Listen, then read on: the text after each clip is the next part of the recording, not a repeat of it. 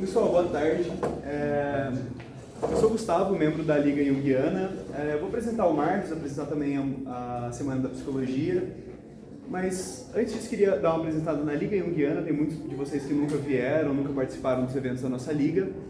Ela é uma liga que estuda basicamente dois autores, que é o Carl Gustav Jung e Anísio da Silveira, além dos autores correlatos. Ela é uma liga que está aberta a novos membros da gestão também, a gente está recebendo novos membros.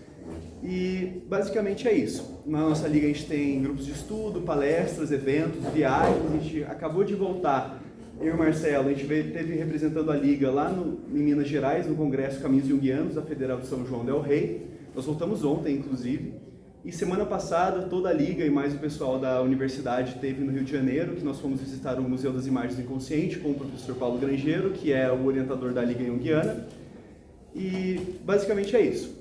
A Semana da Psicologia Unital é um evento que acontece anualmente e congrega todo o curso, além das ligas e as instituições estudantis que acontecem, sabe? Então, por exemplo, tem eventos do DA, tem eventos das outras ligas, tem eventos da Atlética também, por exemplo, com a cervejada, que vai encerrar a Semana da Psicologia. E a cervejada, que também é um momento fundamental da Semana da Psicologia, pode não parecer, mas que também faz parte da própria pedagogia, sabe? Porque o bar e esse momento de descontração, ele é tão fundamental quanto o momento de sala de aula para a colocação do ensino mesmo. Porque o ensino ele não pode ser algo só racional, ele tem que também encontrar com as outras partes da vida, justamente essa parte racional, a parte afetiva, a parte de se comunicar com as outras pessoas. Muitas das nossas ideias surgem numa mesa de bar, por exemplo. Mas enfim, hoje a gente vai estar tendo uma aula, o prazer de estar tendo uma aula com o professor Márcio, que é o professor, não sei, da minha vida talvez, o professor mais incrível com quem eu já tive aula, e espero que vocês tenham também o deleite de ter essa experiência. Está com o Márcio. Márcio, vou deixar você mesmo se apresentar e mais um, professor, fique à vontade. Boa tarde a todos. Em nome do professor Paulo e do Gustavo, eu queria cumprimentá-los e agradecer por esse honroso convite. E ao mesmo tempo,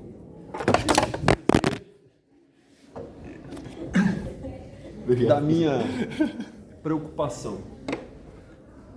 Eu explico a preocupação.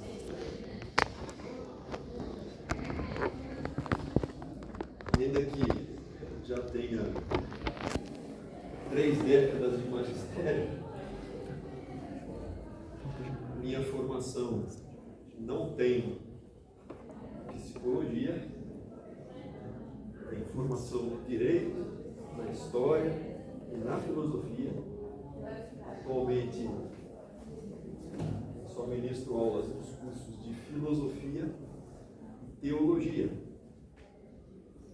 Meu primeiro contato de aproximação com a psicologia foi quando fui convidado ainda numa outra universidade para dar aula de fundamentos epistemológicos da psicologia. Era uma abordagem, portanto, de aproximação da filosofia com a psicologia. Quando então tive a grata satisfação de conhecer o Gustavo e outros tantos discentes, as relações com o Gustavo ficaram mais próximas. Depois ele veio para Taubaté estudar, até que ele me fez esse convite, já disse, honroso e preocupante, porque eu espero tentar pelo menos esta aproximação outra vez da filosofia com a psicologia em um tema que o Gustavo me disse que pelo menos seria o tema eixo, pensar a questão decolonial. Então foi um desafio para eu tentar encontrar um filósofo que pudesse nos trazer alguma contribuição para alcançar, mas não alcança, uma contribuição para esta possibilidade de repensar uma orientação racional para esse agir decolonial. O convite é então mergulharmos um pouco na filosofia de Immanuel Kant. Já ouviram falar de Immanuel Kant? Excelente. Meu nome é Márcio Tadeu Maciel Naur. Pode me chamar de Márcio, porque nem Márcio minha mãe falava. Fiquem à vontade. Eu só não sei pela dinâmica, o melhor é o diálogo. Se preferirem que eu apresente e depois estou à disposição para toda e qualquer observação, objeção, colocação, reflexão, questão, como eu costumo dizer, o melhor do encontro.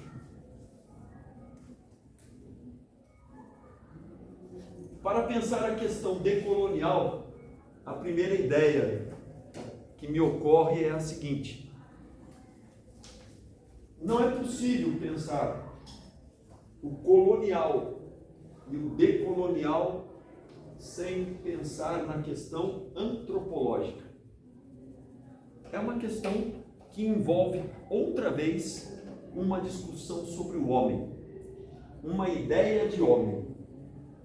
Então a primeira ideia é esta: uma antropologia que nos ajude a repensar o homem colonizado e o homem decolonizado.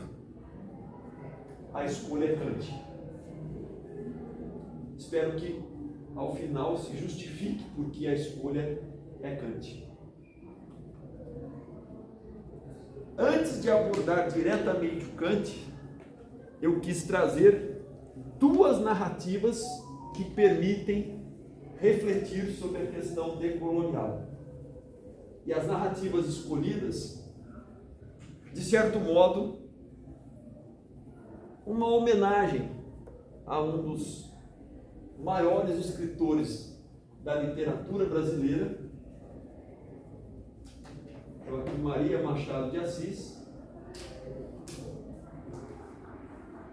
em que nesta primeira narrativa, na verdade é um poema, eu não consegui colocá-lo em vertical, por isso tive de colocá-lo na horizontal,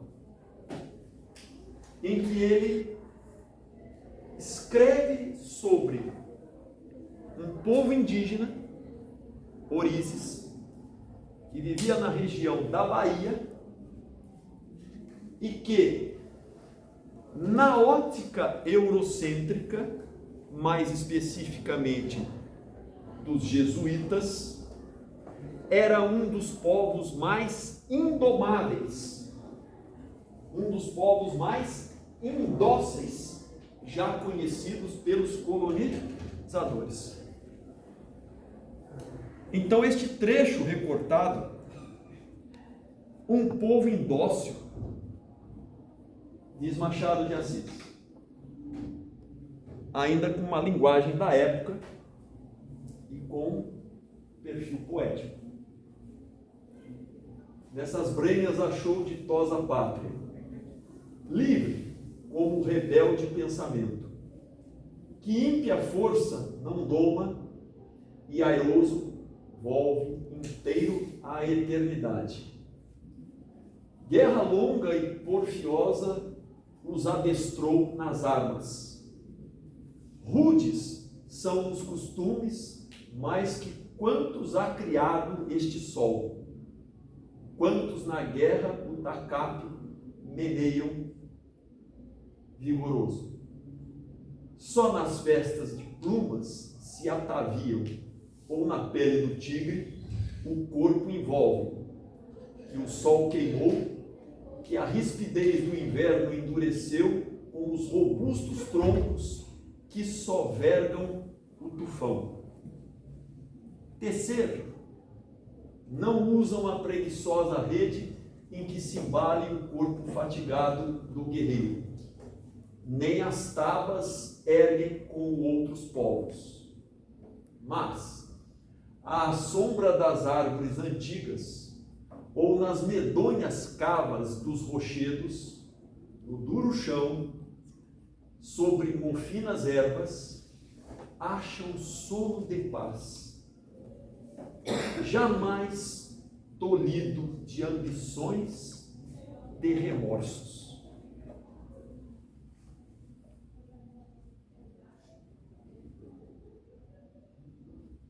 A narrativa jesuítica os considera indóceis, indomáveis. Machado de Assis os descreve, mostrando seus costumes, e diz que, apesar de toda essa rudeza natural, dormem em paz, sem ambições e sem remorsos. Perspectivas diferentes?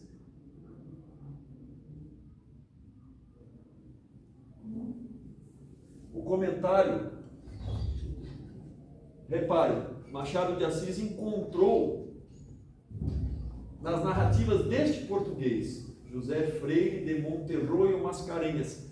Ele era um capitão de guarda e, ao mesmo tempo, já tinha domínio das letras portuguesas. Então ele diz: orizes conquistados. Machado de Assis retira conquistados e escreve apenas orizes. A ideia, a aspereza dos costumes daquele povo, sua rara energia, as circunstâncias singulares da conquista e conversão da tribo. Repare, conversão da tribo eram certamente um quadro excelente para uma composição poética. Duas narrativas. Um povo indócil que precisa ser conquistado, precisa ser domado, e uma outra narrativa que descreve com seus costumes naturais e até mesmo um povo que é capaz de dormir sem remorsos e sem ambições.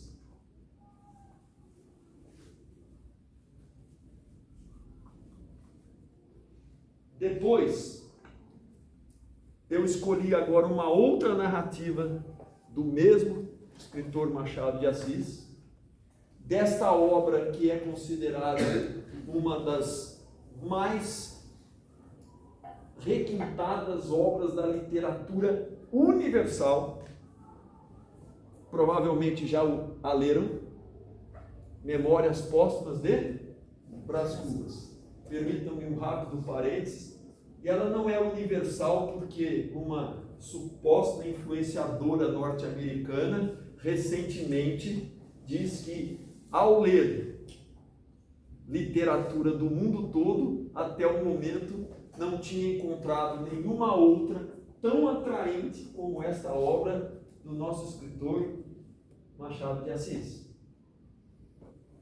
Mulato, pobre, oriundo da favela, sem educação formal, e é considerado um dos maiores escritores da literatura universal. O trecho recortado é o capítulo 11, O Menino é Pai do Homem. Já leram Memórias Póstumas de Brás Cubas? Brás Cubas é um filho de aristocrata, senhorio de escravo, branco, que estuda na Europa, forma-se bacharel em Direito, tem a visão eurocêntrica. O livro narra as suas memórias. No capítulo 11, O Menino é Pai do Homem, assim diz Machado de Assis: desde os 5 anos merecera eu a alcunha de menino diabo, e verdadeiramente não era outra coisa. Fui dos mais malignos do meu tempo, agudo, indiscreto, traquinas e voluntarioso. Por exemplo, um dia quebrei a cabeça de uma escrava porque me negara uma colher de doce de coco que estava fazendo. E não contente com o malefício, deitei um punhado de cinza ao tacho. E não satisfeito da travessura, fui dizer à minha mãe que a escrava é que estragara o doce por pirraça.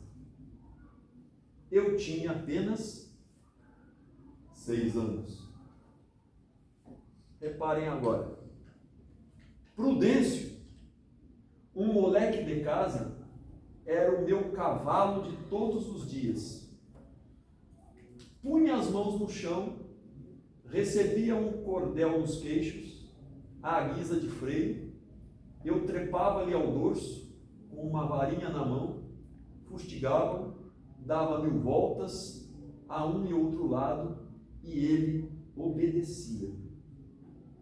Algumas vezes gemendo, mas obedecia, sem dizer palavra, ou quando muito, ai, nhonhô, ao que eu retorquia, cala a boca, besta.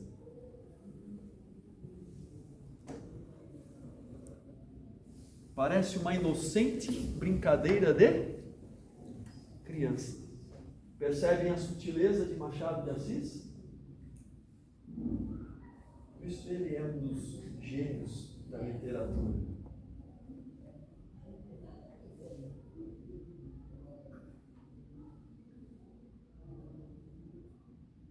O Prudêncio brincava.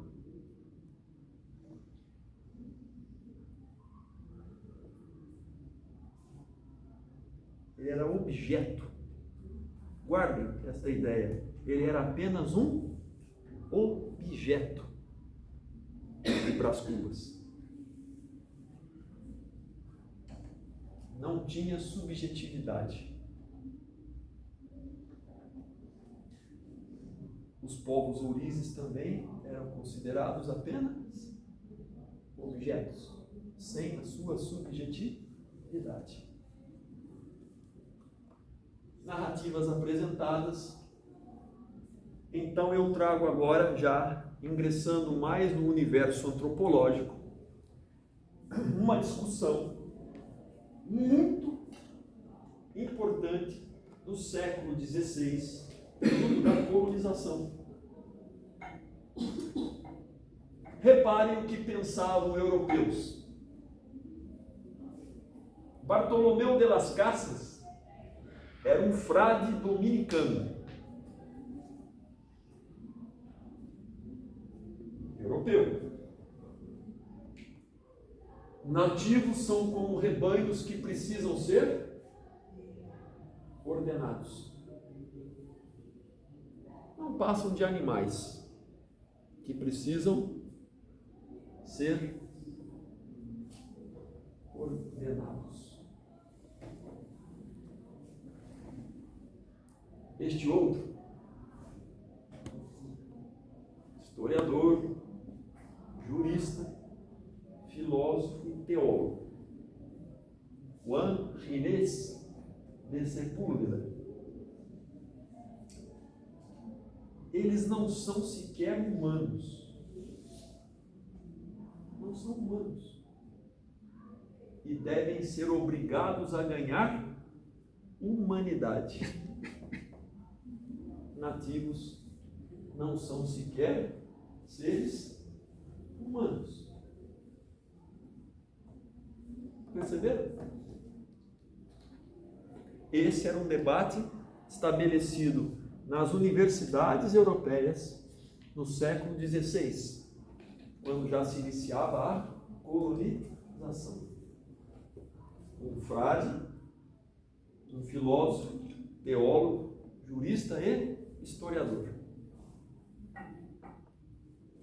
Ambos negam completamente qualquer humanidade a esses outros povos. São animais selvagens e precisam ser humanizados. Claro que já começa a se desenhar uma ideia de superioridade e inferioridade. Uns são sujeitos, outros são apenas objetos, coisas. Recentemente, a questão racial é abordada nesse cenário de colonização e decolonização. Não sei se já tiveram a oportunidade de ler, fica a sugestão. Então agora eu recolhi o pensamento de um autor da Martinica. Não sei se já ouviram falar, Frantz Fanon, Os Condenados da Terra. E este livro do Frantz Fanon, ele inspira este filósofo camaronês, Achille Mbembe, que é professor em Harvard.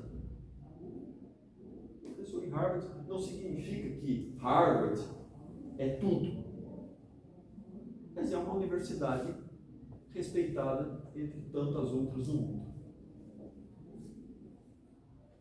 Reparem que o título que ele dá ao livro, Crítica da Razão Negra, é um título baseado nas obras de Immanuel Kant. Elas aparecerão. Crítica da Razão Pura, Crítica da Razão Prática e Crítica do Juízo. Então, Achille Mbembe, ele toma como referência o texto de Frantz Fanon, que examina esses povos condenados da terra, e tenta articular com uma leitura kantiana, e chama o seu livro de Crítica da Razão Negra. O que interessa pensar? Esse estigma, esse rótulo. O negro é a exterioridade selvagem, passível a tal respeito de desqualificação moral e instrumentalização prática. Por favor, guardem essas duas ideias, porque elas serão eixo da minha fala agora até o final. Desqualificação moral e instrumentalização prática.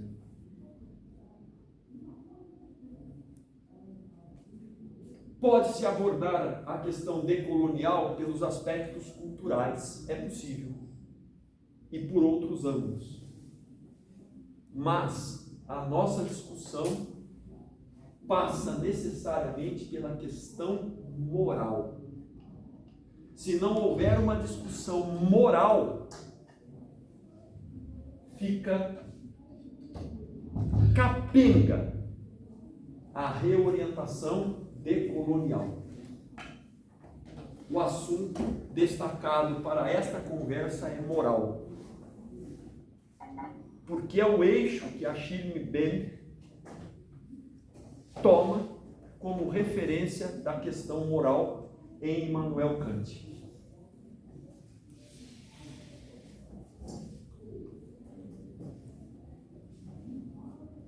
Reparem, mas comecem a pensar que o indígena, o negro, quais serão os outros na humanidade que ainda poderão sofrer esse processo de rótulos e estigmas? Não se trata apenas de discutir a questão do indígena e do negro, mas de todos aqueles que compõem essa humanidade e que podem ainda ser tratados como desqualificados moralmente e instrumentalizados. que é possível perceber em algumas vezes que nós, latino-americanos, em alguns lugares, somos tratados como bandidos, criminosos, malfeitores para uma sociedade. Percebe? Que esta questão pode atingir outras facetas da humanidade. Portanto, a ideia é esta: uma humanidade subalterna a outra que é superior. Julga-se superior a uma outra que ela o posiciona como subalterna. Todos os signos que foram usados para designar, adjetivar, identificar, classificar o negro, podem agora ser reutilizados para identificar uma parte da humanidade que ainda se encontra em posição de subalternos. Vai além do indígena, vai além do negro, pode atingir qualquer parte da humanidade. É o que o IBM chama de homem-coisa, homem-máquina. É um processo de desqualificação que, em linguagem filosófica, e deixo o gancho, queria ouvi-los depois, se em linguagem filosófica também se estende à linguagem psicológica, mas na linguagem filosófica é uma negação da subjetividade do outro. Deixo a questão para que depois aprenda dessa interação, se a linguagem psicológica também reconhece esta ideia de negação da subjetividade do outro. O que é então um agir decolonial? É resgatar a subjetividade de uma pessoa, de um povo e de toda a humanidade. Percebeu? Negar a subjetividade do outro, para a filosofia, é um objeto de humilhação. E até mais, considerar este outro uma existência supérflua. O que é algo supérfluo? Uso e descarto. Perceberam? Os indígenas foram usados e descartados. Os negros escravizados foram usados e descartados. Quem serão os próximos?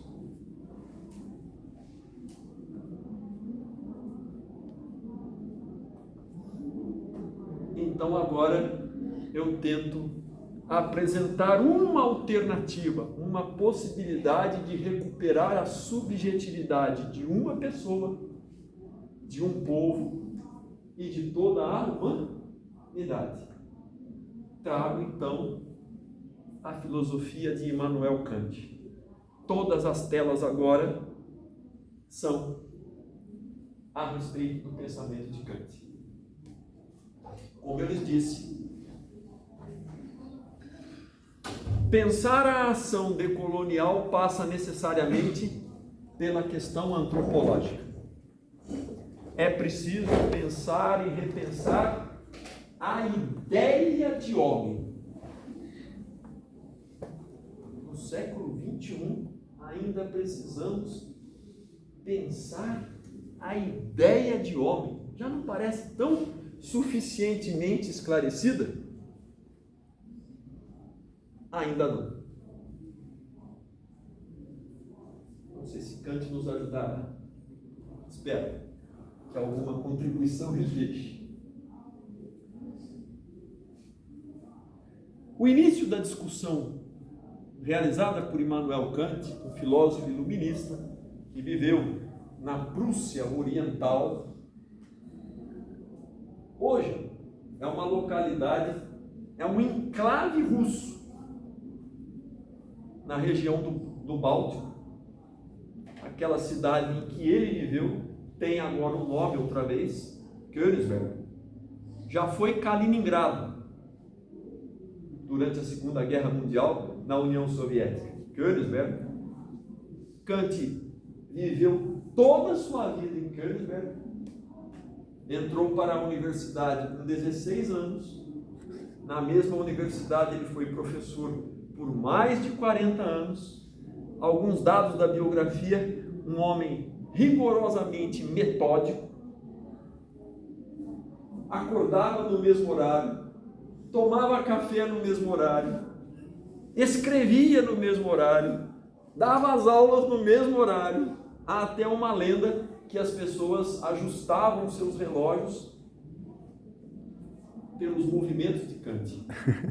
Jamais saiu da sua cidade, jamais saiu de Königsberg, e tinha um pudor intelectual que nos faz pensar um pouco.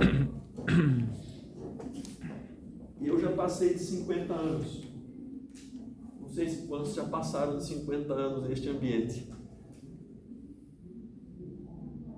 Às vezes me impressiona com alguns que dizem que já têm aos 40 anos 30 livros publicados. Talento é talento.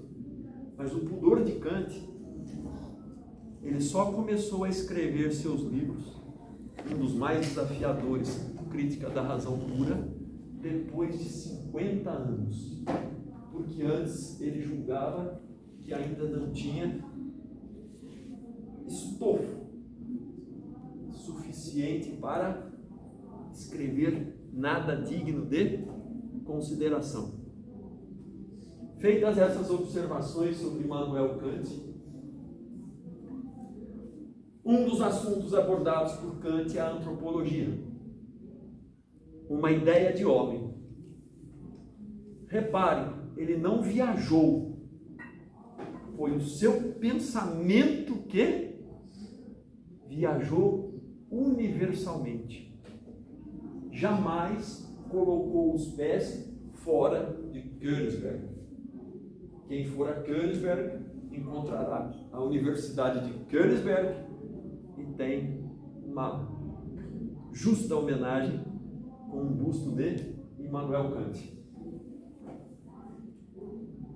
Ele começa a pensar essa ideia de homem, este é um ponto muito importante, a partir de uma antropologia empírica. A noção de empírico é aquilo que se capta pela sensibilidade, aquilo que se capta pela experiência. E já nessa antropologia empírica, repito, fenômenos captados pela sensibilidade, pela experiência, Kant coloca esta ideia de homem. É preciso pensar no homem em três estruturas. Uma estrutura sensitivo-racional, uma estrutura física, pragmática e prática, e depois em sua estrutura histórica. Brevemente, seria isso. O que é essa estrutura sensitivo-racional? O homem é um ser de conhecimento. Conhecer exige sentidos e razão, intelecto.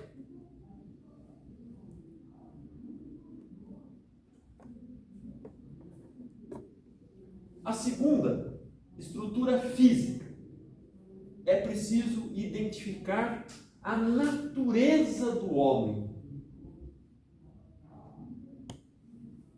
A pragmática, o que o homem faz do homem. Reparem, em filosofia, muitas vezes há uma confusão de linguagem, pragmático e prático. Pragmático é então o que o homem faz do homem. A experiência já mostrou que o homem já fez do homem objetos. A experiência já mostrou que o homem já fez do homem instrumentos. Mas agora, o ponto principal. E repare, a dimensão prática.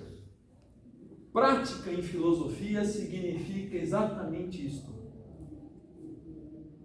Precisamos pensar se o homem é ou não é um ser livre, capaz de dar uma resposta ao agir moral. Esse é o centro da discussão.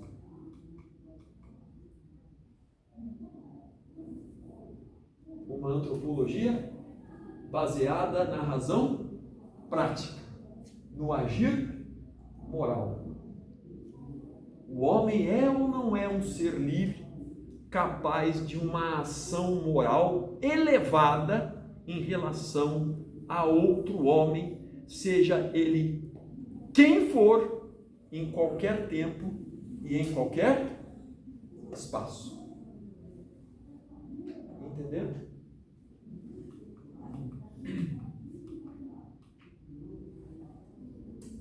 E a última estrutura é apenas o que a história da humanidade tem mostrado.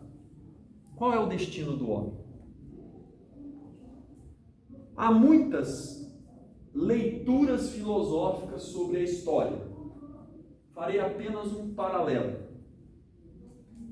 Quem lê, por exemplo, Agostinho de Hipona, mais conhecido como Santo Agostinho, para Agostinho de Hipona, ou Santo Agostinho, a história do homem é uma história progressiva, linear, rumo à salvação.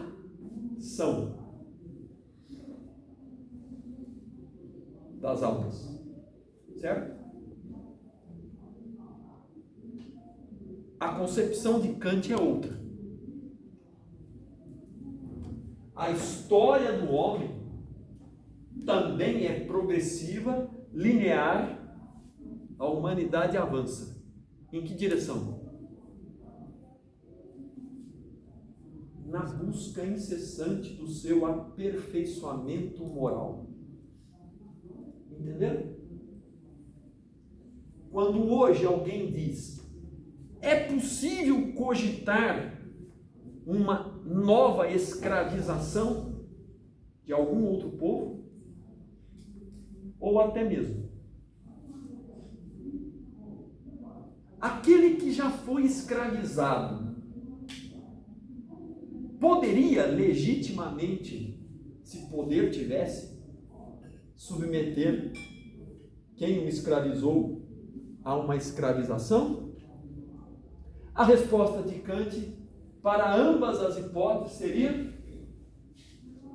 seria um retrocesso moral da humanidade. A humanidade busca sempre o seu aperfeiçoamento moral. A partir do momento que ela reconhece que o homem é um ser livre, capaz de dar uma resposta com um agir moral, uma ação moral em relação a qualquer outro homem, muito mais elevada do que aquelas que já foram, por experiência, detectadas na história da humanidade. O cerne da discussão, portanto, agora, no resto da fala, está todo em torno desta ideia. Prática. livre, capaz de um agir moral mais elevado.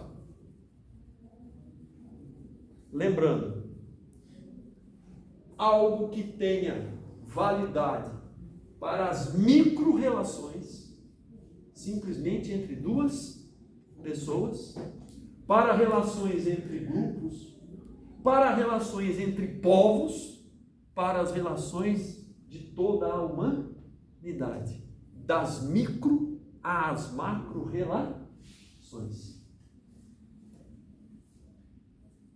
Essas três estruturas Kant sustentou até um período do seu pensamento. Ele apenas a chamou de, repare, de antropologia empírica. São elementos que ele apenas colheu pela experiência. Mas como um filósofo que quer sempre ir adiante até mesmo das suas próprias ideias, Kant sente a necessidade de ir além de uma antropologia apenas empírica. E em determinado momento, já na segunda metade do século XVIII, ele introduz uma reflexão crítica. Por isso começa a surgir o chamado criticismo kantiano. É preciso ir além dessa antropologia empírica e alcançar uma antropologia crítica, para que este processo de aperfeiçoamento moral do homem seja cada vez mais elevado. É por isso que ele então começa a escrever as suas três obras críticas. Eu já mencionei: Crítica da Razão Pura, Crítica da Razão Prática e Crítica do Juízo. Aqui terá destaque a Crítica da Razão Prática, porque a Crítica da Razão Prática está relacionada ao agir moral. Então, quando se abre a Crítica da Razão Prática, a pergunta que conduz todo o texto é: como devo agir? É a pergunta eixo. Como devo agir? Portanto, é hora de ir além. Então, Kant chama de uma busca das chamadas atividades superiores do homem. Quais são as atividades superiores do homem?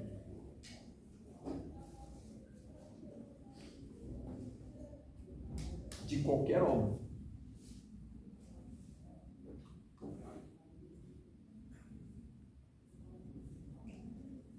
Fica para trás então a antropologia empírica e começa agora a fase de uma antropologia criticista. As atividades superiores do homem estão nessas três obras de Kant: a Crítica da Razão Pura, a Crítica da Razão Prática e a Faculdade do Juízo. Síntese dessa tríplice crítica. Se perguntassem a Kant o que é preocupação para a filosofia, a filosofia para Kant tem três preocupações. E ela só pode resolver três problemas que são inerentes a qualquer ser humano: conhecer, crítica da razão pura; agir, crítica da razão prática; e sentir, crítica do juízo ou faculdade do juízo. Para Kant, ao responder essas três questões, responde tudo que importa ao homem: conhecer, agir e sentir. Nossa concentração fica no agir.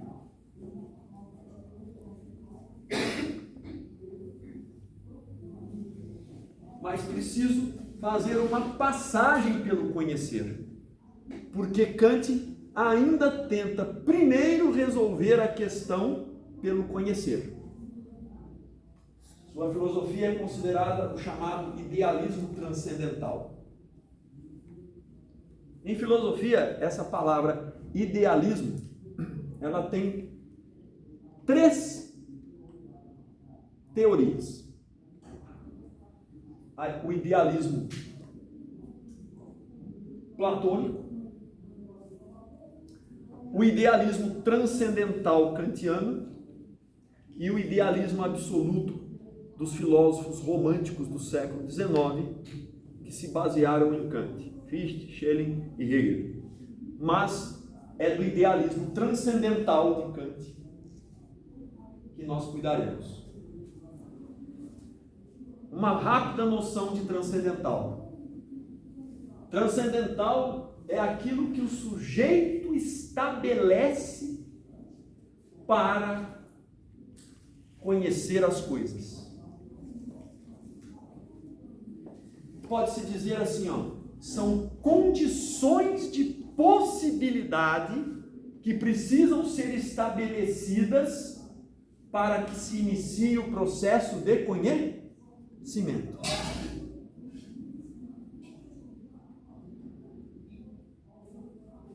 Ele divide a sua obra em 3 partes.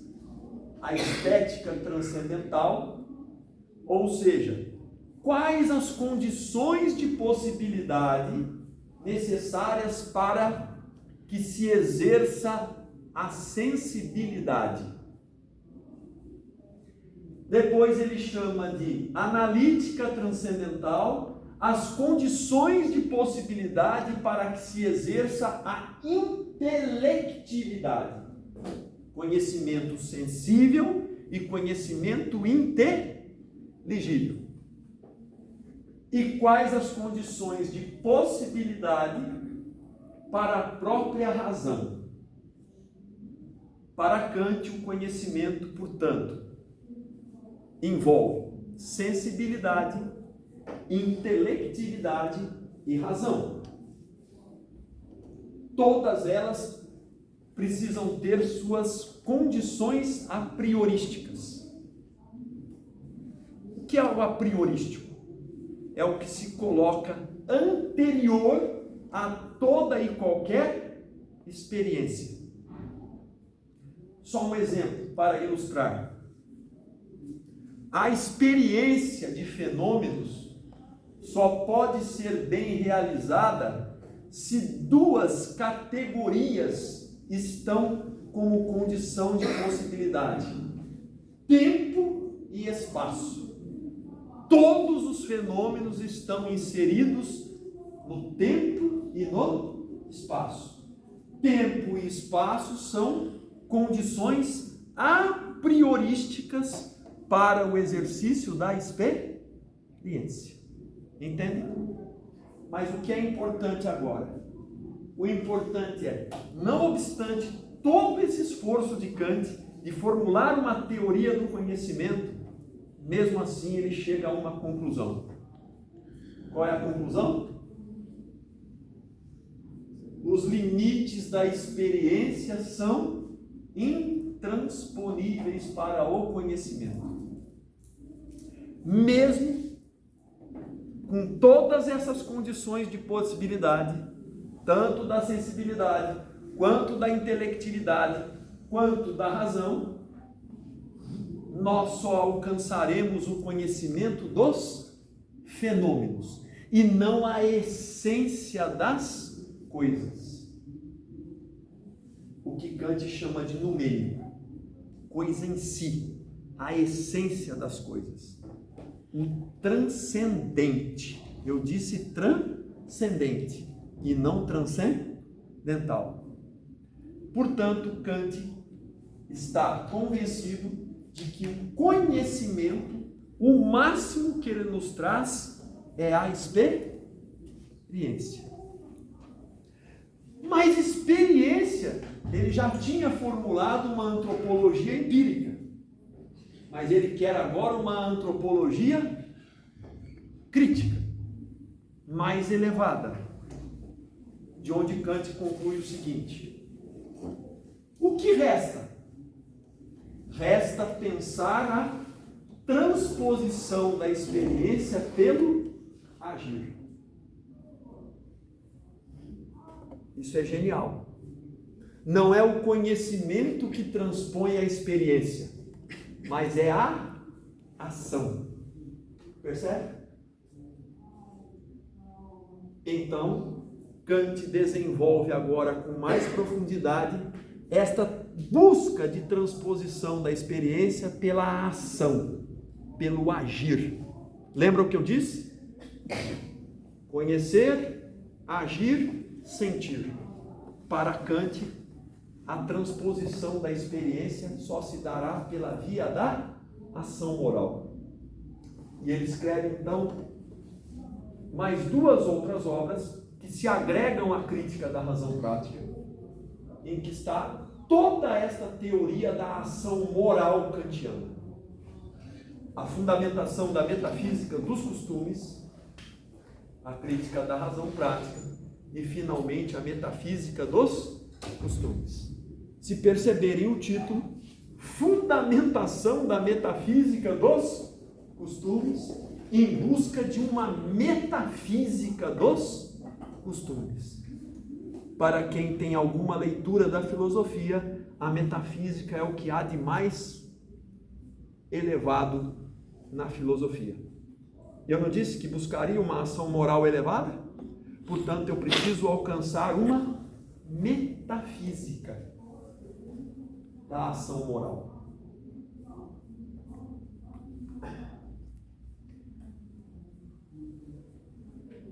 Anunciada na antropologia empírica, enfatizada na antropologia criticista, é a razão prática que precisa de toda a atenção. Reparem, só pelo agir moral se pode ultrapassar o estudo empírico da natureza humana. Não há outra alternativa para ir além senão pelo agir moral. Kant e sua ultrapassagem. Uma moral superior, mais elevada do que a história da humanidade já registrou, exige ir além do estudo empírico da natureza humana. Portanto, a experiência é mesmo insuficiente. Guardem essas ideias. O que é alcançar algo superior? Respostas morais que só enfrentam problemas contingentes e particulares não são respostas morais elevadas. Entende o que é algo contingente e particular? A filosofia persegue algo mais elevado. Ela persegue algo universal e necessário. Um agir moral superior precisa alcançar o nível de universalidade e necessidade. Talvez ainda se lembrem o que eu disse. Uma relação entre duas pessoas, uma relação entre grupos, uma relação entre povos, uma relação entre toda a humanidade. A filosofia que quer resolver as relações entre duas pessoas, entre grupos, entre povos e para toda a humanidade, só pode se tiver esse nível de algo universal e necessário. Entende? O que é algo universal e necessário? Válido para todos em qualquer tempo, em qualquer espaço, em qualquer circunstância. Conseguem imaginar esse raciocínio? Um agir moral válido para todos, em qualquer tempo, em qualquer espaço, em todas e quaisquer circunstâncias. Um desafio de alta envergadura. Traduz em exemplo. Para aquela relação que pode estar acontecendo neste momento na esquina da rua, para a relação que está acontecendo entre povos que se odeiam, por exemplo. Entende? Que são refratários uns aos outros, que se colocam em posição de superiores e inferiores.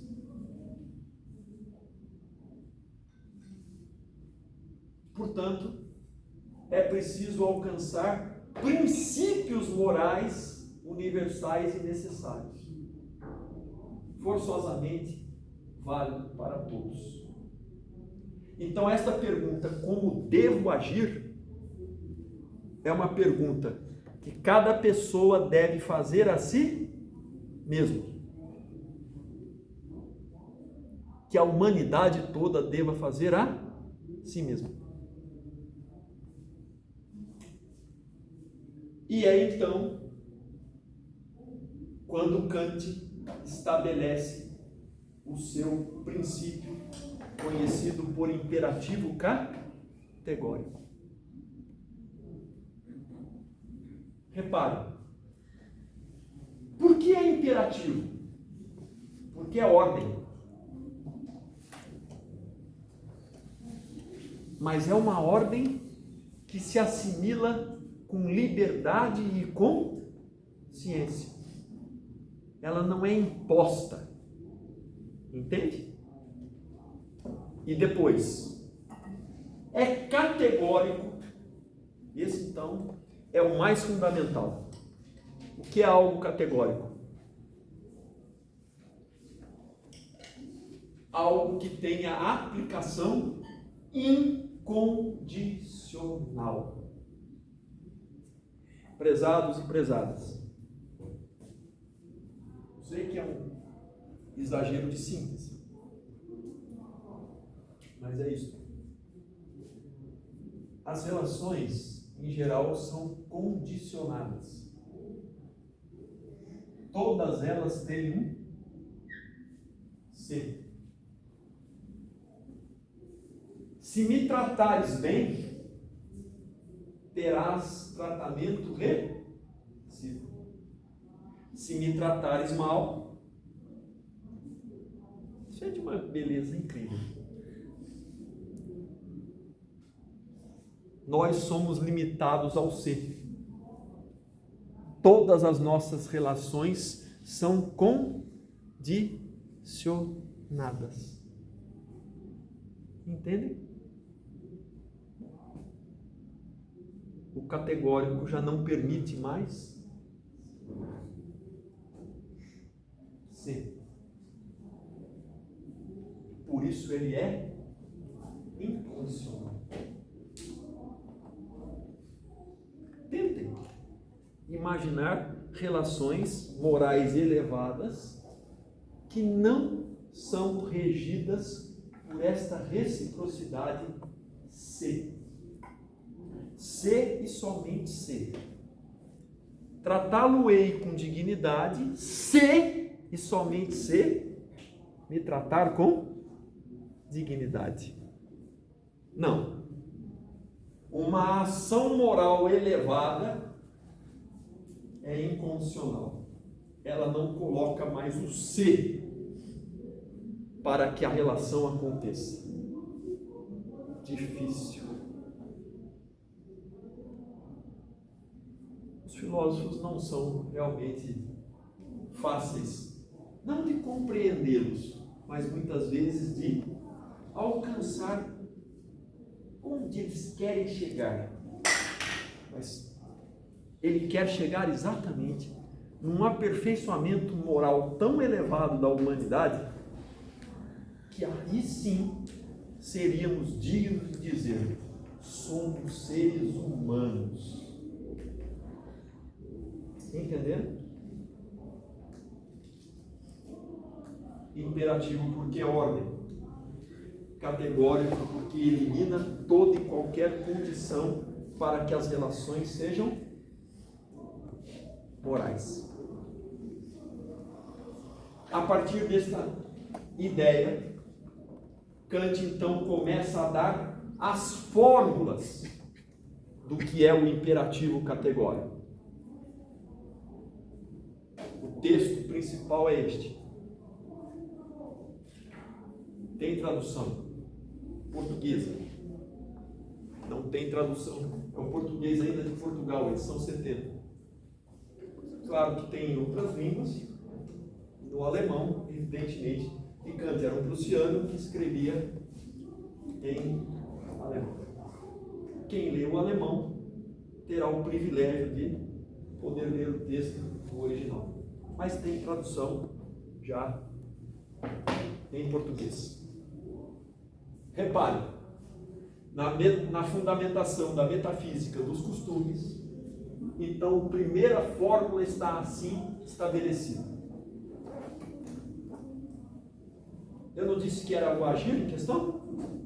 Repare como ele começa. Age apenas segundo uma máxima tal que possas ao mesmo tempo querer que ela se torne lei universal. Máximas são subjetivas. Uma máxima é um ponto de partida, mas não é um ponto de chegada. A máxima se eleva se ela se torna um imperativo. Só como imperativo ela pode ser chamada de universal. A máxima é subjetiva e normalmente é condicionada. Eu mencionei: se me tratas bem, terá tratamento recíproco. Essa é a minha máxima de vida. Se me tratas bem, terás tratamento recíproco. Mas a sua máxima de vida ainda não é uma lei universal. A máxima precisa ganhar essa universalidade incondicional, tornar-se um imperativo. Esta mesma fórmula, Kant a reproduz no livro Crítica da Razão Prática, interpretando a fórmula. Aqui Kant traz o imperativo categórico como um princípio fórmula que coloca à prova todas as máximas morais que já escutaram. O que Kant está querendo dizer? Já ouviu quantas máximas de lições morais? Recolheu todas elas? Anotou? Agora pergunte se elas podem ser transformadas em imperativos categóricos. Porque se elas não podem ser transformadas em imperativos categóricos, elas continuarão apenas particulares e contingentes, e jamais alcançarão o nível de universal e necessário.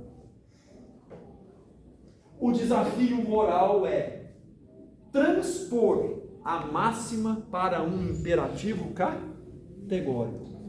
Age segundo uma máxima tal que possas ao mesmo tempo querer que ela se torne uma lei universal. Depois Kant apresenta a segunda formulação, e esta é a mais importante de todas. Reparem o texto. Reparem o texto. Age de tal maneira que uses a humanidade. Lembra? as relações entre duas pessoas, as relações entre grupos, as relações entre povos, as relações com a humanidade. Percebem a expansão do micro para o macro? Age de tal maneira que uses a humanidade.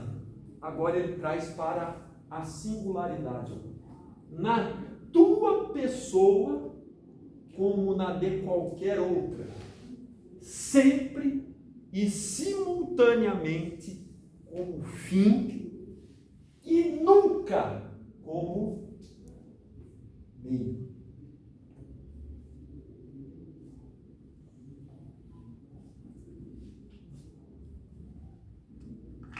Os colonizados jamais foram tratados como fim, sempre foram tratados como meio, desqualificados moralmente.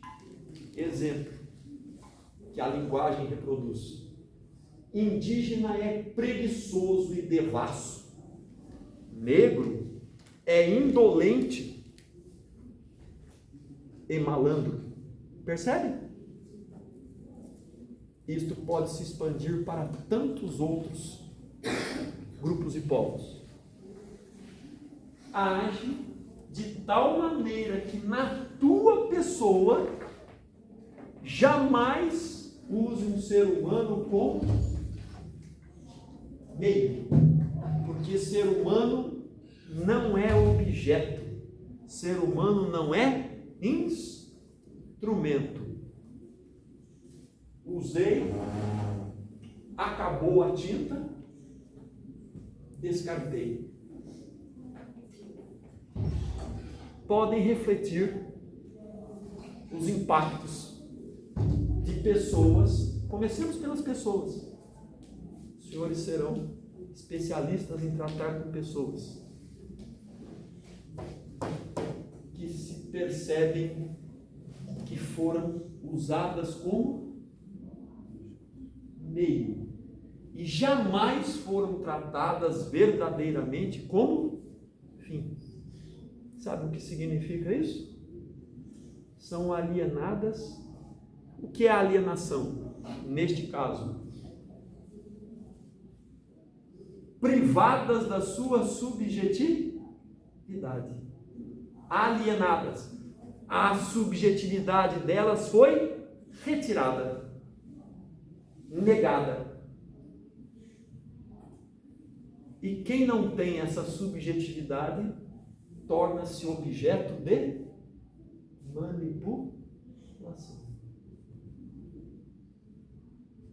Para Kant, seria muito trágico uma única pessoa ou a humanidade toda concluir que não passamos muitas vezes de objetos ou instrumentos para outras pessoas, para outros grupos e para outros povos. Percebe?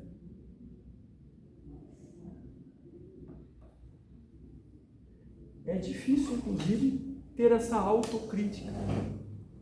Começo pela pessoa. Será que eu não estou sendo meio e não fim? Será que a minha vida toda de simular o bem, eu sou apenas um objeto na relação com o outro? Isto aconteceu no processo colonizador. A ação decolonial passa necessariamente por inverter esta lógica, entre aspas, perversa, que usa o ser humano como objeto e como instrumento. Com esta fórmula, Kant estava marcando definitivamente um conceito que acredito que tenham discutido bastante na psicologia, e ele é discutido em tantas outras áreas.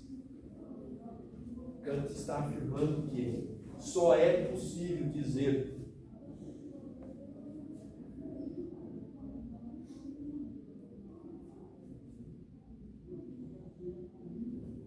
dignidade humana mesmo, dignidade da pessoa humana mesmo, quando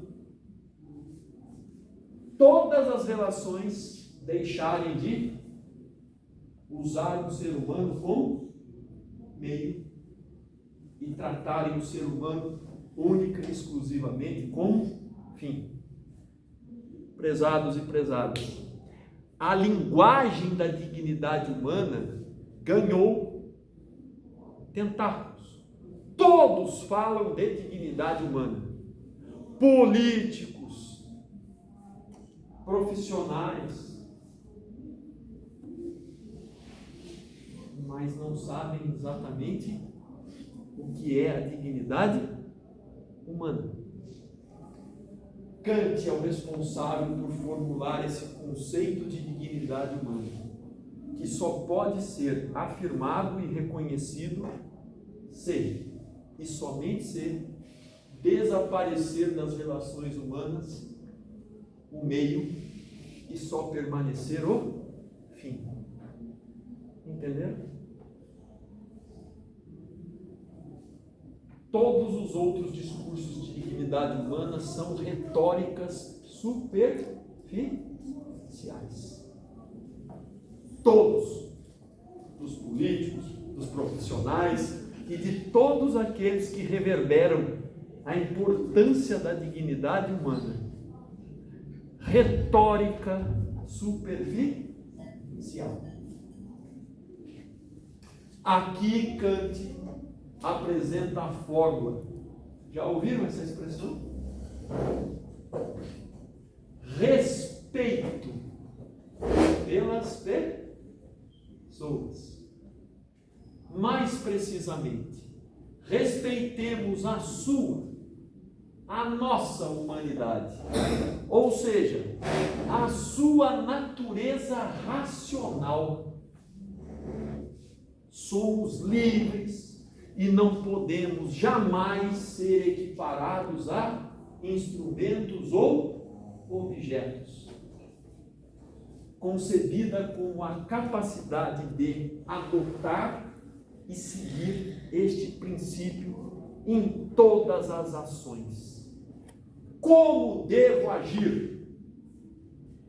Agir de modo que nenhuma pessoa seja tratada como meio e simplesmente como fim. Esse é o aperfeiçoamento moral que a natureza humana exige e pode alcançar. Entende?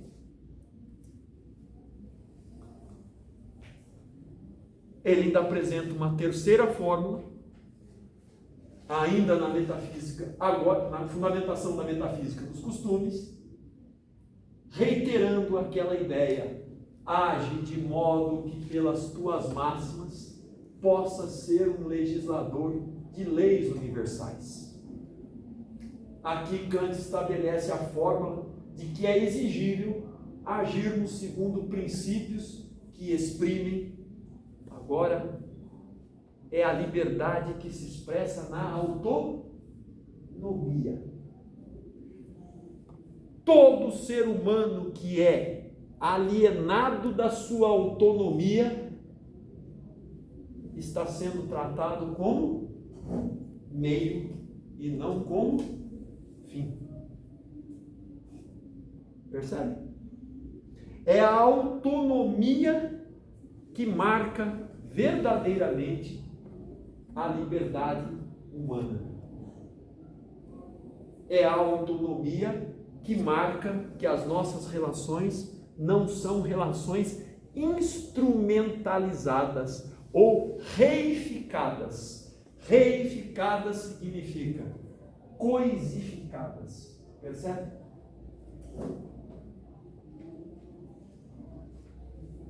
Lembram das narrativas de Machado de Assis? Parecia uma ingênua brincadeira de duas crianças. mas uma era coisa da outra.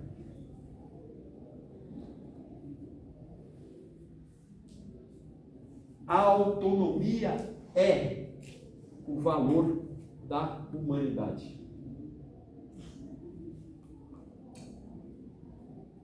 Apenas apresenta mais uma fórmula que é só variante, mas não muda a ideia. Age segundo máximas de um membro universalmente legislador em ordem. Agora tem um elemento importante: um reino de fins.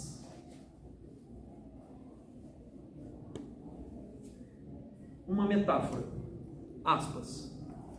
O progresso moral da humanidade é estabelecer racionalmente um paraíso na terra como um reino de fins, em que desaparece completamente toda e qualquer forma de meio.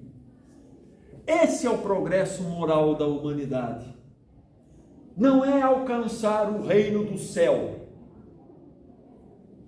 é estabelecer nas relações humanas um reino de fins, em que todos os seres humanos sejam capazes de tratar uns aos outros com este respeito máximo pela sua subjetividade, sua liberdade, sua autonomia, porque é fim, somente fim e jamais meio.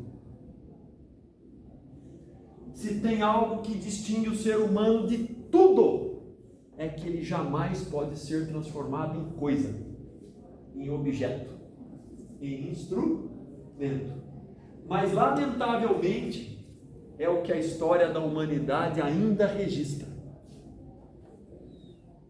Portanto, ainda há muito a se perseguir, um aperfeiçoamento moral da humanidade, que começa pelas relações interpessoais. Não tenho capacidade de responder, mas lançarei aos colegas. Famílias muitas vezes não são paraísos de reino de fins. Algumas vezes famílias podem ser ambientes instrumentalizadores. Lanço como discussão. Percebe? Eu não estou querendo desmoralizar a família, mas estou querendo colocar reflexão crítica, muitas vezes, numa ingenuidade de imaginar que as relações familiares são sempre relações de fins e não de meio. Fica uma recomendação de sugestão de leitura. Certamente conhecem Franz Kafka. Leiam, se já não leram, Carta ao Pai. Alguém já leu Carta ao Pai? Leiam Carta ao Pai e perceberão que são relações instrumentalizadoras de um pai para com um filho. Depois pode ler as outras, o Processo, o Castelo, mas Carta ao Pai é uma referência. Portanto, Kant nos orienta então agora como é alcançar essa elevação moral para as pessoas e para toda a humanidade. Difícil. Parece que ela desapareceu. O primeiro princípio chama-se boa vontade. O que é boa vontade? Ponto de partida de toda a reflexão moral. Boa vontade. É preciso ter uma boa vontade para perseguir essa ação moral elevada. Será que a boa vontade ainda está na natureza humana? Ou ela é só marcada mesmo por relações de interesses que alienam, manipulam e disfarçam essas suas manobras maliciosas. Sem ela, e repare, desapareceu o ser. Quem age por boa vontade age sem nenhuma limitação. A ação moral de boa vontade é incondicional. É o princípio para reorientar essa ação. E nada mais pode ser dito moralmente se já não temos capacidade de devolver à natureza humana e às relações humanas a boa vontade. Mas Kant ainda insere um outro elemento, que para ele, pelo menos é mais plausível então que a boa vontade. O dever. Age por dever. O que é o dever? O dever é que confere valor à ação moral. Não é aquele dever aprendido com a experiência. O que abriria... Reparem que raciocínio difícil do Kant. Porque o dever aprendido só pela experiência pode ser um simulacro de egoísmo. Vou tentar dar um exemplo. Cuidado com essas pessoas que só dizem assim: eu cumpro os meus deveres. Sou perfeito porque cumpro os meus deveres. Mas se ele cumpre os deveres dele, por exemplo, porque tem receio de sofrer algum tipo de consequência, este não é um agir moral verdadeiro, ainda que pareça. Esse é um dever moral hipócrita. Entenderam? Eu cumpro com os meus deveres. É preciso saber a motivação, porque ela pode estar enrustida em um ato de egoísmo. É porque eu não quero sofrer algum tipo de consequência. Então não é um agir moral.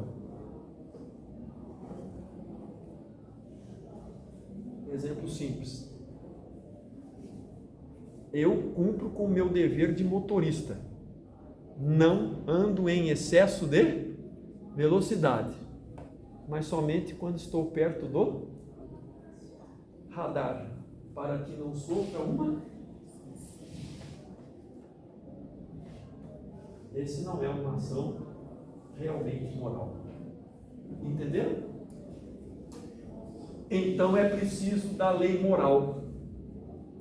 É preciso pensar nesta lei moral que só pode ter origem, lembra que eu disse? Já não mais na experiência, mas numa razão pura prática, ou seja, aquela que está acima de toda e qualquer experiência. Em outras palavras, quer dizer o seguinte: as experiências contaminam muitas vezes a nossa consciência moral. Entendeu? Tenho a experiência de andar com motoristas que respeitam a velocidade, mas somente quando estão perto do radar. Esta lição, que me parece muito significativa para Kant, não é nada. É preciso uma ação moral acima das próprias experiências. E por fim, a ideia de respeito. Então, por que devemos respeitar essa lei moral? Devemos respeitar essa lei moral porque devemos, entende? Deves porque deves, sem mais quaisquer consequências. Quem respeita a lei moral pensando em consequências na verdade não respeita a lei moral. Seria interessante reduzir alguém à condição análoga de escravo. Não farei, porque pode ter sanções. Percebeu? Esse não é um agir moral que verdadeiramente respeita o dever. Entende? Creio que houve notícias de redução à condição análoga de escravo. O noticiário traz: encontramos lugares onde há trabalho escravo. Se não há, não é porque assimilou esse dever, porque deves respeitar, é porque tem receio da consequência. Punições. A lei moral deve ser tomada como objeto de reverência por todo ser racional.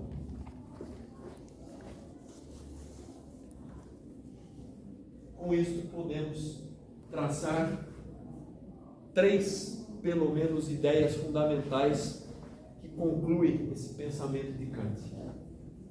A primeira: Kant sugere, portanto, que sejamos inspirados por um agir moral por quem proceda com fidelidade ao imperativo categórico.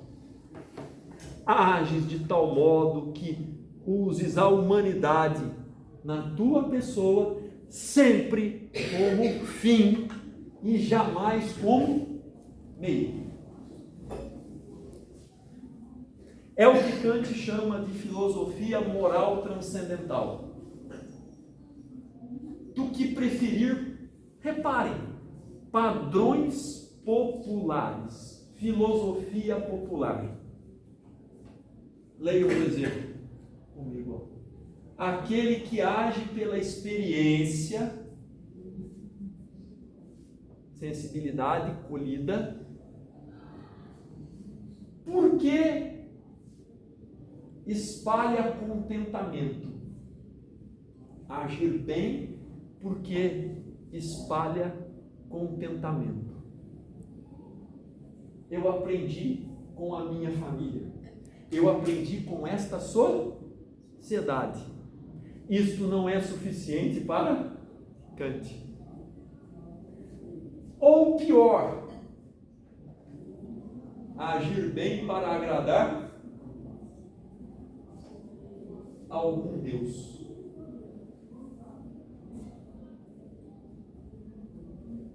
Para Kant, aspas, já com uma certa liberdade com os amigos e amigas, todos aqueles que agem bem para agradar a algum Deus merecem mais um inferno. Entendeu? Só pensa em recompensas.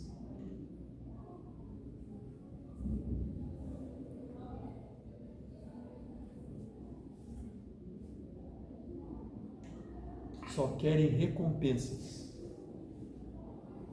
De repente ser chamado de um bom sujeito, que traz contentamento para um grupo. Ou receber a recompensa de algum Deus. Merecem mais um inferno.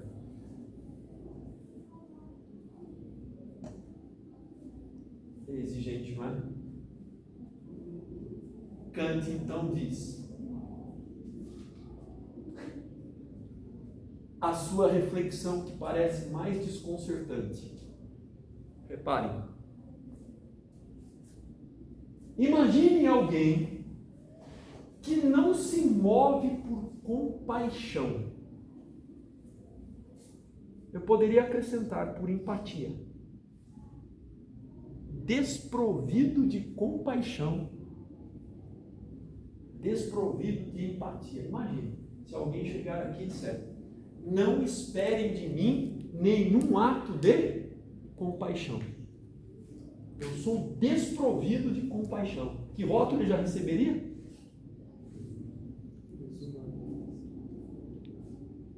Desconcerto de Kant.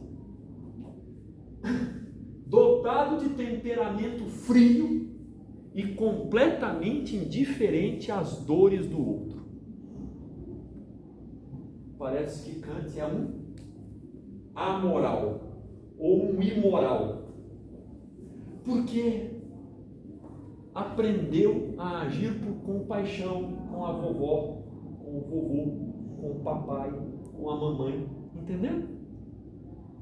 Com aquela sociedade. O que diz Kant? Esse sujeito que é desprovido de compaixão, ele é exemplo de agente moral.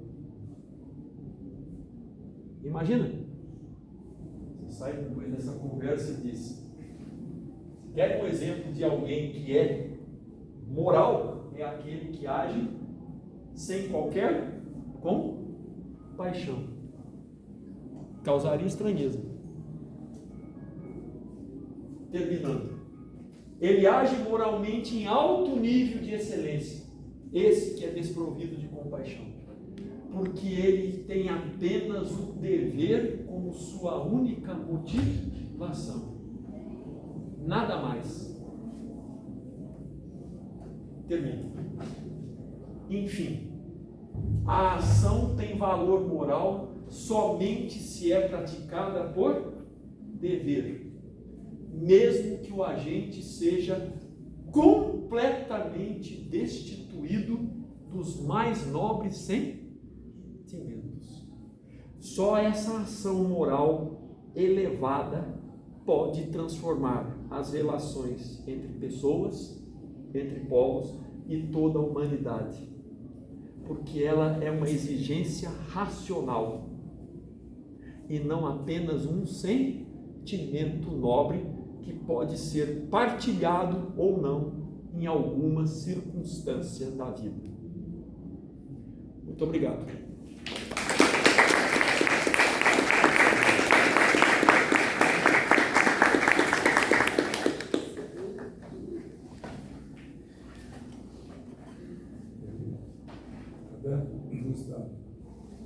Está aberta a pergunta?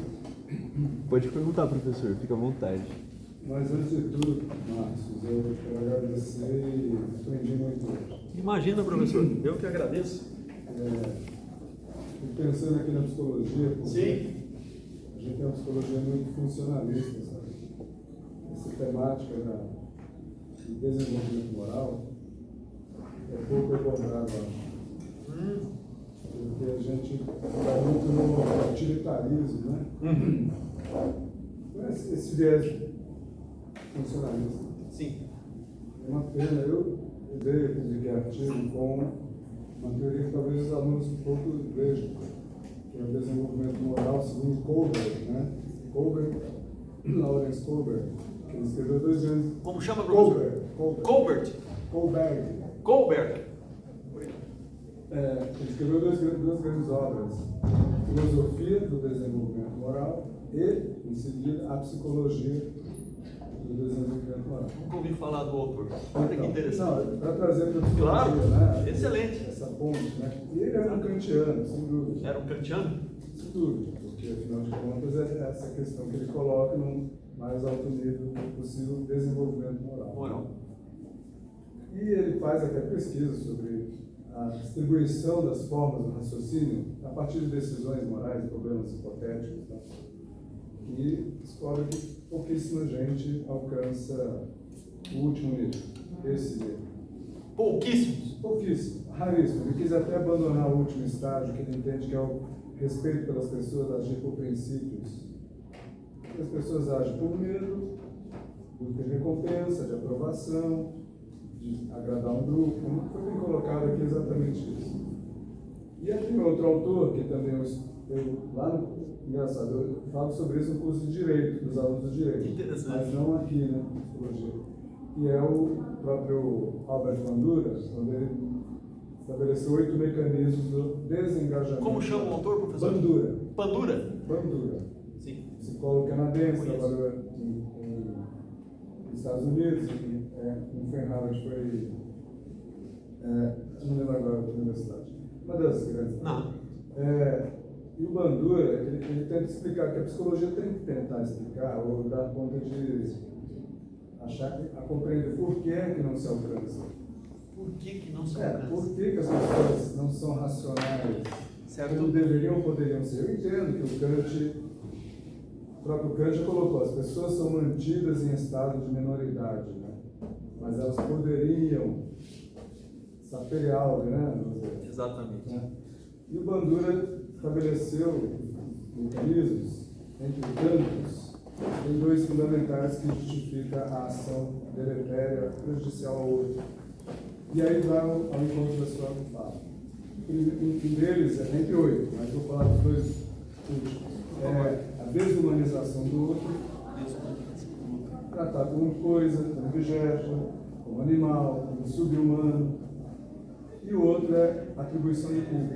Eu faço maldade com o outro porque ele merece, ou é o culpado. Provocou, estimulou a minha maldade. Né?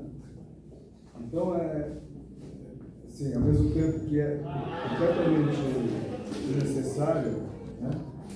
Mas não é o que a gente vê na humanidade, né, professor? Veja as guerras que estão acontecendo hoje no mundo. Né? Qual seria o caminho, então? A educação podia ser, talvez, o caminho? Bom, primeiro, muito obrigado pelas generosas contribuições e essa relação com a psicologia. Ainda que, por mais que a psicologia tenha um viés, como o senhor disse, mais funcionalista, mas o senhor trouxe também outras leituras da psicologia e essa preocupação com o desenvolvimento moral. Exato. Ainda que coloque sob interrogação se ele é possível, mas é a relação com o tempo. Não tem saída. A saída para Kant é de fato uma educação moral da humanidade. A história da humanidade está à espera de uma educação moral da humanidade, para que ela possa progredir para esse reino de fins, para que as relações humanas possam ser um pouco mais moralmente qualificadas. É um desafio. Seria possível? A natureza humana tem aptidão para essa educação moral elevada? Kant desconfia que sim, mas é aquele raciocínio dialético kantiano, a sociabilidade insociável. É preciso enfrentar a sociabilidade insociável. Mas o senhor lembrou muito bem. Primeiro é preciso se libertar das tutelas. Sapere-Aude. Resposta que ele deu, né, quando perguntaram: Was ist Aufklärung? O que é o iluminismo? Ouse saber, né? Deixar a tutela. Quem tutela? Quem tem poder. E muitas vezes quem tem poder tutela para manter o sistema de alienação e manipulação. Então, ousa ganhar a sua autonomia. O senhor marcou muito bem. E não tem outra resposta.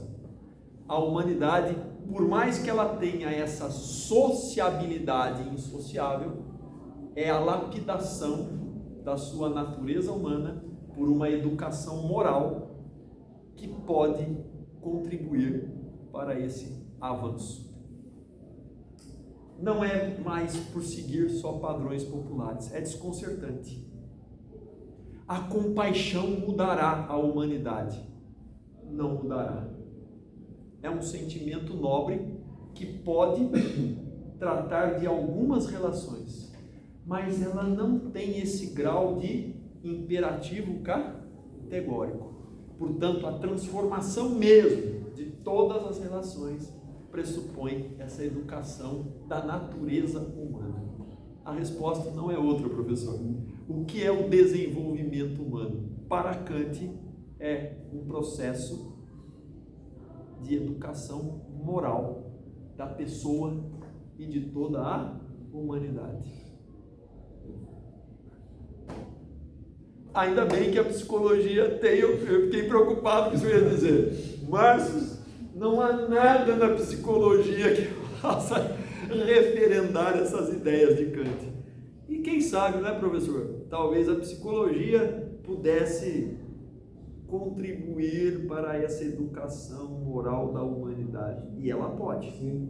O próprio Kober criou muitos métodos. Então. Inclusive, tirando Kant, essa ideia de uma comunidade feliz, uma comunidade ideal. O senhor me permite devolver uma troca? Claro. Inserindo os colegas e as colegas? Então, quando recebem, se eu falar alguma asneira, me corrijam, fiquem tranquilos. Quando recebem alguém que lhes relata uma situação de vida e que detectam que ela está sendo meio e não fim. E é claro, com as abordagens que a psicologia tem, tentam que ela comece a perceber esta relação e que ela possa ultrapassar essa relação. É ou não é uma contribuição já para a educação da humanidade? É ou não é? Kant diria: tu não estás resolvendo apenas uma relação entre duas pessoas. Está também, mas está contribuindo para o progresso moral da humanidade. Entenderam? A psicologia é fundamental. Não estou fazendo nenhum tipo de demagogia. É sério. Entende? Não precisa de nenhuma demagogia. A conversa é acadêmica. Pode parecer que é apenas tratar de uma pessoa que precisa resolver a sua situação. É uma pessoa com um problema. Mas ao apresentar esse processo para essa pessoa, está contribuindo para uma educação da própria humanidade. Uma metáfora: quem salva uma vida, salva a vida de toda a humanidade. Tenho para comigo que a psicologia, por estar tão próxima dos dilemas morais das pessoas, pode dar uma enorme contribuição, ainda que seja no seu universo de consultório. Entenderam? Por isso, professor, eu entendo essas linhas da psicologia mais funcionalistas, mais pragmáticas, mas eu fiquei muito contente em saber que há autores da psicologia, ainda que seja difícil, apostam nessa possibilidade de uma educação moral das pessoas e, por via de consequência, da humanidade. Estarão atuando assim. Muito obrigado. Depois o senhor me passa os nomes, professor? Por gentileza? Sim. Thaís. De colocar uma filha. Eu sabia. Eu conheço desde quando ela fez o TCC em Kant. A Fria. Thaís, por favor. Se for jogar para a sociedade atual, sociedade tecnológica, que facilita o agir guiado pelas paixões, como a gente pode trazer de volta a liberdade racional, moral de Kant?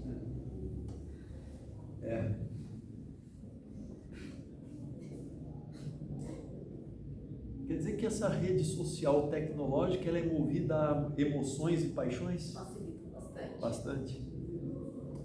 Então,